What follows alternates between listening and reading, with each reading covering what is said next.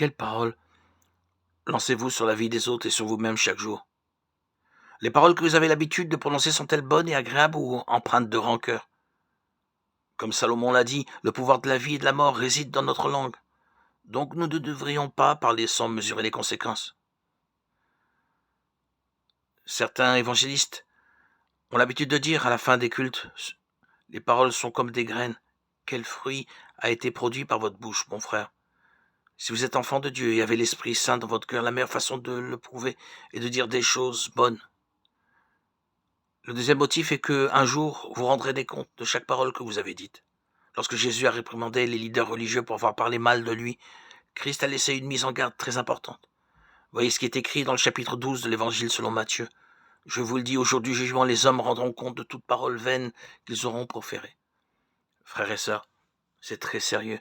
C'est pourquoi je vous conseille de vous repentir de vos péchés et de toujours vous demander si vos paroles vous rapprochent ou vous éloignent de Dieu.